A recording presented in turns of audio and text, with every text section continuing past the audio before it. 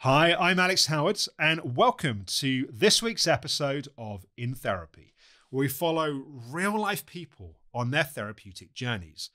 In today's episode, we're going to be exploring the coping strategies we form as children, particularly when we experience trauma, and how these can shape and impact us later in life.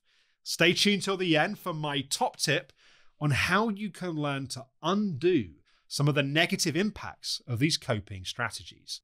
If you haven't already, please like, subscribe, click the bell icon to be notified as new episodes are released, and follow my Instagram at Alex Howard Therapy for daily inspiration and support. This week, we catch up with 65-year-old Beverly, who's at a crossroads in her life. Looking back, there's never been anything that she has felt passionate about. Last time we learned that the roots of Beverly's apathy go back to childhood and her relationship with her mother, and that the answer lies in connecting to her heart rather than her head.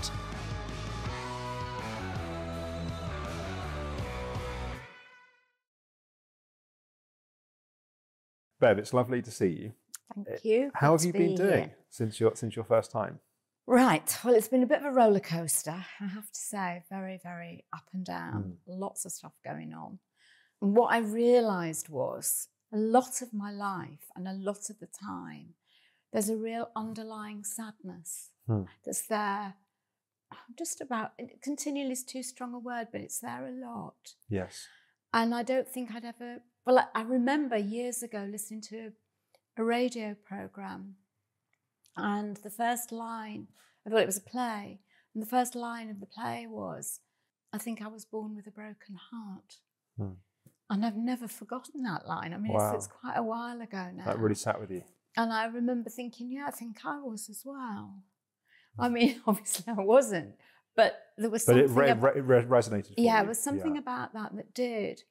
And that kind of felt a bit scary because it just felt so deep and so there.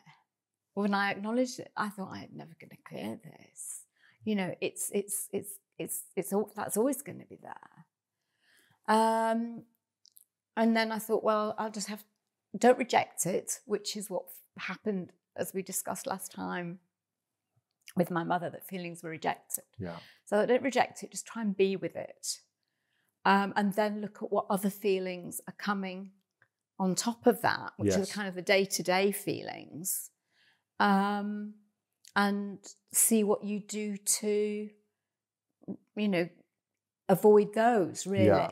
And what did you notice in terms of, so I want to come back to that sadness in a minute, but with those day-to-day feelings come in, what are the strategies that you notice that you use? Avoidance and distraction. Okay, and how do you do that?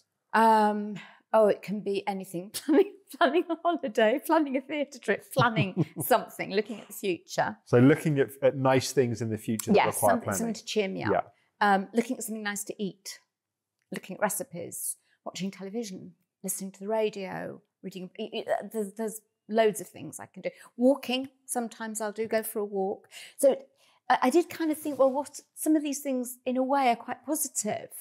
Or in the morning, if I wake up feeling really low, which happens to me sometimes, I do stretching every morning anyway, but I'll really try and make myself do that and my meditation just to kind of get myself a bit back on track. But how much of that is getting back on track and how much of that is avoidance and distraction? Yeah. And I don't always know the answer to that. Tell me a bit more about some of the day-to-day emotions that come in. So what I'm hearing you say is that there's this sort of underlying sadness that's there, has been there for a long time. Yeah. And there's various strategies, particularly avoidance and distraction, that are used to get away from that. And analysis, that's another big one. Give me some examples of how you do that. Because I'll feel, and this only just dawned on me, how guilty I'll feel about being sad or being upset. So is that an inner critic piece where you're judging yourself for feeling sad? Yes, inner critic is very, I've just realised as well how strong that is. Well, I've always known that, but it's really kind of put a spotlight on it. So if you're feeling sad, what would be some of the things your inner critic would say about you feeling sad? you're just being ridiculous. You've got a lovely home, you've got money in the bank, you've got a car that works, you know, you've got people that do care about you. You've got no excuse to feel that way. Yeah. So why on earth are you feeling like this? Okay, you've got health issues, but lots of people your age have got much worse. You know, I will go. So that's you've no right to feel like this. Yeah. So it's an inner critic using rationalization. Yes. So it's trying to rationalize you out of how you're feeling. Yes. So basically using lots of logic to tell you that you don't have the right to feel the way that you feel. Yeah. Interesting. Do you remember what happened to sadness when you were a little girl? So with the dynamic of your mom that we spoke about last time, I'm guessing from what you were saying is there was very little space for you to have the feelings that you had at the time. Yeah, no, there wasn't. And it's again, thinking about this in this detail. I remember one of the things she said to me when I tried to not let her see that I was crying, but she did. And I remember her saying, "What have you got to cry about?" Which sounds like what your inner critic says to you now, right? And it's the same thing. Yeah. And that penny kind of just really dropped this last few weeks. I thought, when I really look at it, I'm just, and not even, because I can be so analytical, not even realizing that that's what I'm doing a lot of the time. Yeah. And that sadness, I'm going to ask you a question which you might find yourself answering intellectually, but I'm also really interested in what comes up instinctively. Like, right. Well, let me pre-frame it slightly. That it feels like this sadness is a younger part of you. It feels like, whether we call it the inner child or the little girl in you, but it sounds like it's been there a long time. Like, you're not describing a sadness about something's happened in recent time and you feel sad. You're describing a sort of underlying feeling of sadness that's been there for, I think, a long time. If you were to guess how old that sadness is, or how old you were when that sadness started to arise, what do you think? Well, the situation I was talking about when I was trying to dry my eyes, I would have been perhaps 5, maybe 4. So that's 61 years. A long time. It's a long time. When we're 4 or 5, we have quite simple wishes and needs. You know, we long for a feeling of safety. We long for feeling loved and feeling special and feeling adored in the eyes of those around us. We long for a sense of holding. They're quite simple needs and wishes. I didn't feel held, and that wasn't in a physical sense of being held. It was in an emotional sense of being held. So I didn't feel held. I don't think I felt safe. And love, I think it was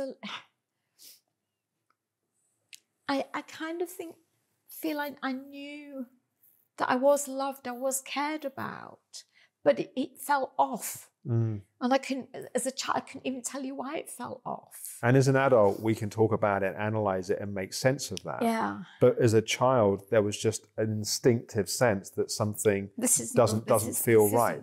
Doesn't feel how it should feel. Yeah. I mean, I know if I ever fell down and hurt myself, I went to the woman down the road to put a plaster on it. Because? Oh, there's no point going to my mum. She wouldn't know what to do with it. I was sick on the bus once and she wouldn't let me back in the house. She just stood me in the front garden and kept pouring buckets of soapy water over me. At least it was warm soapy water. I remember being quite relieved about that. I mean, it sounds like we can laugh about it now, but I wonder how the little girl really felt at the time. Yeah. And it's like your mum was more concerned about her needs than what you needed in that moment. And keeping the house clean and tidy, can't bring sick in the house, So there was a feeling of I think there was a feeling a bit of despair in there, and a loss of something that I couldn't name. Well, it sounds like what's most important is what you learnt is I can't just have my feelings. Yeah. What you learnt is I need to adjust my feelings to what my mum needs, and that's more important than what I'm actually feeling. So I think that little girl inside felt quite unloved, really. And probably And that didn't make sense when you looked at the setup. It didn't add up. Sorry. well, it probably she felt confused as well. Yeah. Because it sounds like on one hand, you knew that there was love, but on the other hand, you didn't feel love in the way that you knew you should. Yeah. And that's sometimes more confusing than not being loved in the first place. Yes. Because it's like, if there's just no love, one is more likely to have a rage and an anger about that, or just a kind of numb shutdown. But there was love, but love was confusing, and love wasn't held in the way that a child needs. It was that you had to be a certain way, and you had to second guess your mom, and that would have made love very confusing for you. Yes. And it then makes sense that the sadness, in a sense, is, it sounds like as a little girl, your heart was hurting. Yeah, it's broken. Right. Which goes back to that line. And then it sounds like a lot of what's happened through your life is that you've tried to manage that in different ways. So sometimes through avoidance and distraction, sometimes through analysis, sometimes through judging yourself, sometimes through looking for what you need through relationship. But it sounds like a lot of that has been different ways of trying to deal with this feeling by not really dealing with this feeling, in a sense.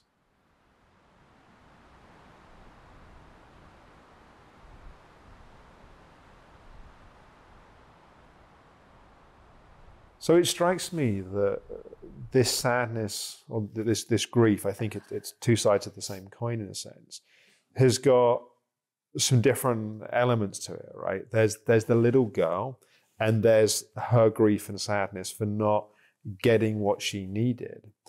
There's then the more sort of adult version of you that also feels sadness for her, but also feels sadness of some of the impacts of what happened to her that have rippled in life. Because I think one of the things that, as I understand it's an important part of what you want to work on, is understanding what you want at this chapter of your life. Like having a sense of purpose and focus, and how you're going to use the time and energy that you've got.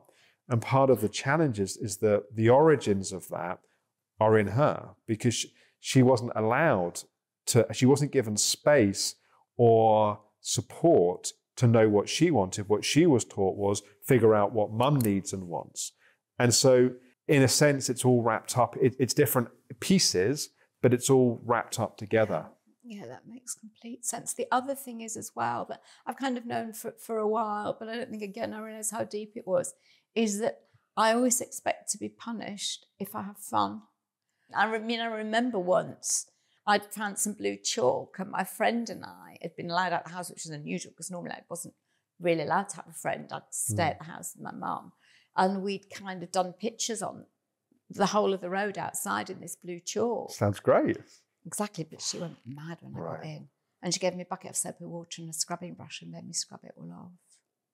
What a metaphor as well for rubbing away your joy. Yeah, I suppose it was really, yeah. So it's also not just that you didn't learn to listen to your wishes and your wants and desires. What you also learned was that having fun, being free, being a kid and expressing yourself is wrong. Yeah. Like there was like a value judgment that went with that. Yeah. No wonder you felt so sad. How does it feel just as we talk about it together? It feels quite painful, quite heavy. Is it okay that it feels painful, or is there in this moment, is there some judgment or rejection, or? I'm trying not to. Yeah. What do you feel here in your chest and your heart? It just feels just really full of tears and pain, really, if I'm honest. Yeah. And does it feel okay to have those tears? Only just. Yeah. And it's okay to have as much or as little as feels okay. This is not about, we don't heal this place by trying to force something. No, I know. That's what causes things to get tight and stuck in the first place. Yeah. So what our job together is to be really curious and interested. Like, can you feel into there's the place where there's a lot of sadness and tears. Then there's the place which is a sort of tightness and sort of, it's just about okay to have it, but not fully okay. What's that place? It feels like, the only way I can best describe it is it feels like it's there, but it gets stuck about there. Yeah, great. So that's the bit I'm really curious about, the place where it gets stuck.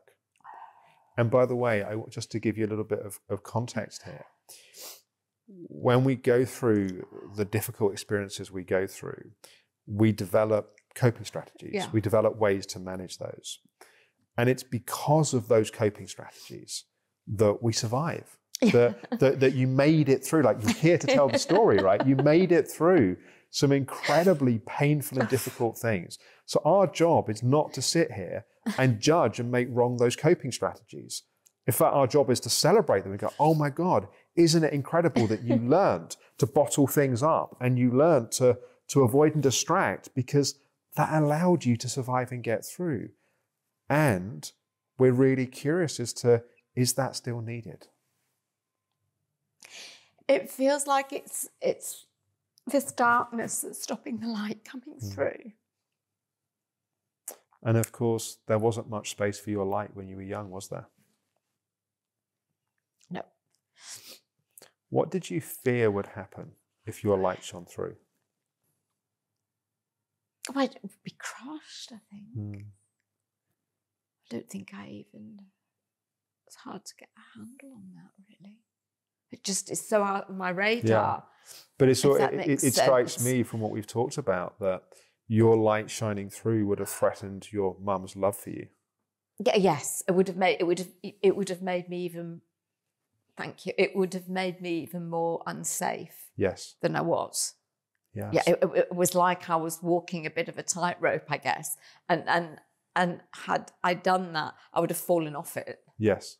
So into an abyss, I think. Yeah. That's the best way I can explain it, really thinking about it. Yeah. So your heart had the wisdom to obscure your light. Yeah, I guess. And I think you're here because you don't want to obscure your light anymore. Yeah. Yeah. I think I've had enough of being that way. How does it feel to say that? A bit frightening. Yeah.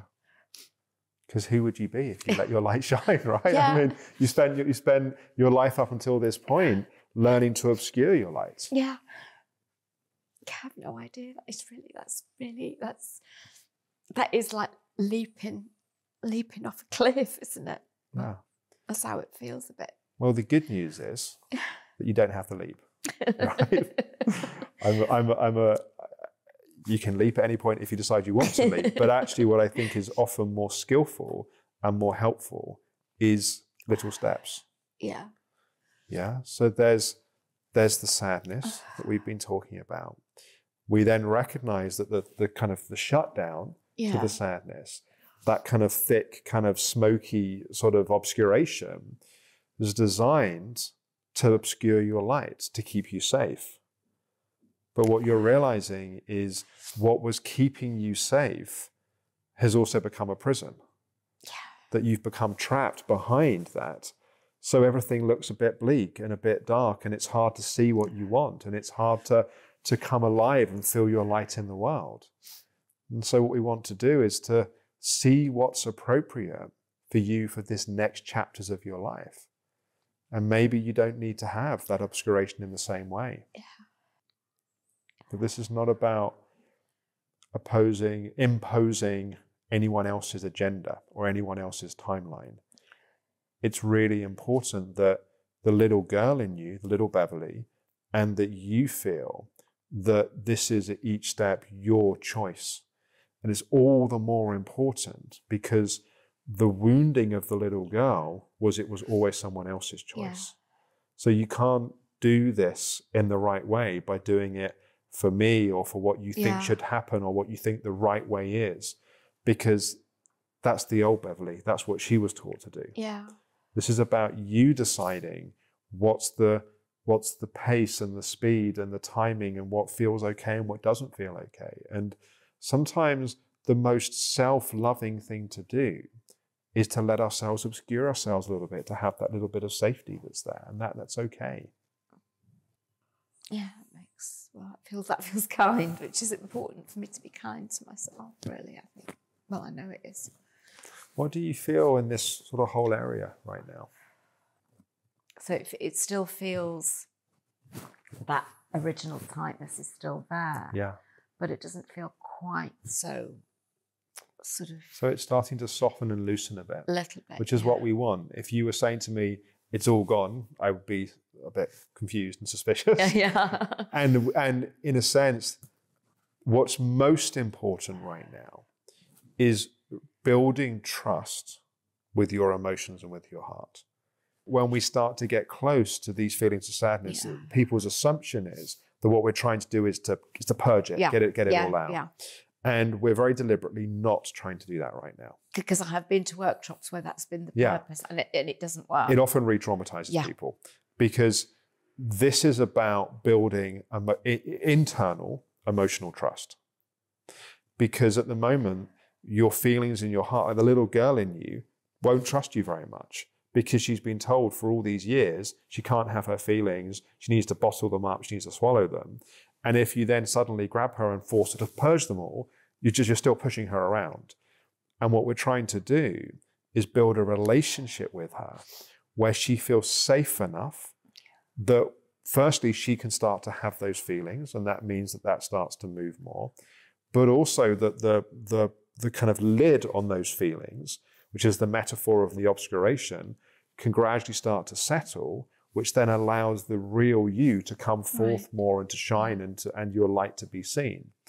So I think the next piece with this is really being curious about, and it's a sort of continuation of what you've been doing since last time, but really being curious of this defense, in a sense, of this black, the metaphor of the black smoke that comes up. There may be different ways that you experience it, but the kind of tightness or the shutdown that happens with your emotions. And you can, to help you give a bit more frame to play with it, I think you said that you've been working with the Module 7 content. That's sort of where we are, in a sense of how do you feel and how do you feel about how you feel. Yeah. And it's that response or that rejection or that shutdown of your feelings. And there's a certain amount that you can do. I think a bit like since last time, we've talked about quite a lot today, and we've talked about some very sensitive material today. And so just sitting with that is going to have its own process, in a sense. So I'm going to give you less directional homework than I sometimes give, or I might give you in future. I more want you to reflect and be with what we've talked about. And if you're able to do, ideally daily, doesn't have to be daily, particularly because you're going to be away for some of the time, but I don't know if you've ever done journaling or writing a diary. I have got a diary. I'm not brilliant with it, but I started it when I wrote the letter at the beginning of the Reset program. Yeah. And so I've dipped in and out of that over the last few months. So I think that would be helpful for the next few weeks, because I think inevitably more will arise and you'll become more insight will come. Your guiding kind of perspective really is this perspective of curiosity. That's really what that's the place from which I want you to come. Like, we're not trying to overly analyze, we're not trying to fix, we're not trying to shame, we're not trying to solve. We really want to discover. We want to be really interested. And remember what I said, that these coping strategies or defenses, they're brilliant. Like they're I just find it extraordinary that we all go through our different challenges in childhood, and without even a fully formed kind of mind and personality, we just instinctively find these ways to cope, and that it's amazing. And it has its limitations, and the walls that keep us safe as a child cause us to be imprisoned as an adult, and that's what we're really trying to understand and get free from. Yeah. Does it feel okay to leave it there? We've been some quite sensitive places. I just want to check that you feel okay to. Yeah, I think it'd be overload if we don't do it. Yeah. Don't do it anymore. Yeah. Part of my job is to try to feel how far feels okay and not. And it's always your job if you feel I'm pushing too far to go. You can even just do that to me, and I know what you mean. Yeah. Yeah.